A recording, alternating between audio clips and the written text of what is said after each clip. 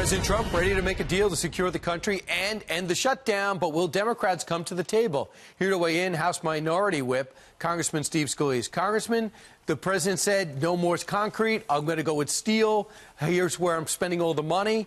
How does that change anything for this week's negotiations? Well, Brian, the president has shown he's willing to sit down and talk and try to reach an agreement.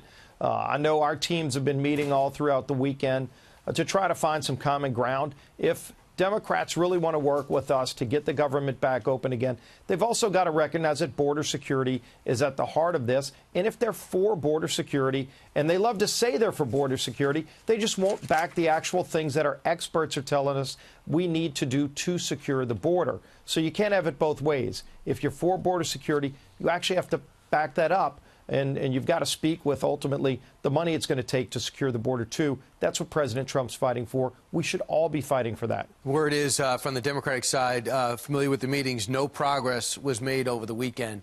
Something else happened over the weekend. Like many of us, we're taken aback at Congresswoman Alexandria Ocasio-Cortez's proclamation that if she had her druthers, those multimillionaires would be being taxed up to 70–80%.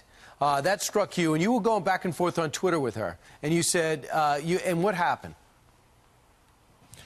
Well, you know, I was just trying to have a little fun debate about this. I mean, it's an important issue. I strongly disagree with this idea that you should just confiscate all the money or most of the money that people make and try to get into this class warfare debate. I said, look, you know, let's have an economy that works for everybody. By the way, our tax rates, the fact that we cut taxes, is creating jobs. It's helping rebuild our middle class, those very hardworking families. And, you know, once we started getting into this Twitter back and forth, a lot of her followers started making some very inappropriate references and comments. And I said, you know what, I'm not going to have this debate here. Yeah, and when you say inappropriate, with you on the House floor. Everybody knows you were shot, almost killed. Miraculous story that you weren't, thank goodness. And all of a sudden, these followers are saying they're going to snipe you. And you wrote this back to her. Hi, Alexandria Ocasio-Cortez. Happy to continue this debate on the floor of the People's House, but it's clearly not productive to engage here with some of your radical followers. Hashtag stay classy. So you got threats. Did she call you, contact you in any way? No, I haven't heard from her yet. And do you think it's inappropriate that she didn't?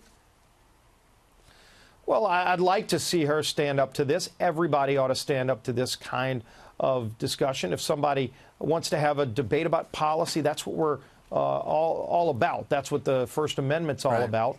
But you shouldn't threaten people. And if you got to threaten people to make your point, you've already lost. And when it comes to followers, you could stand up to that. Congressman Steve Scalise, thanks so much.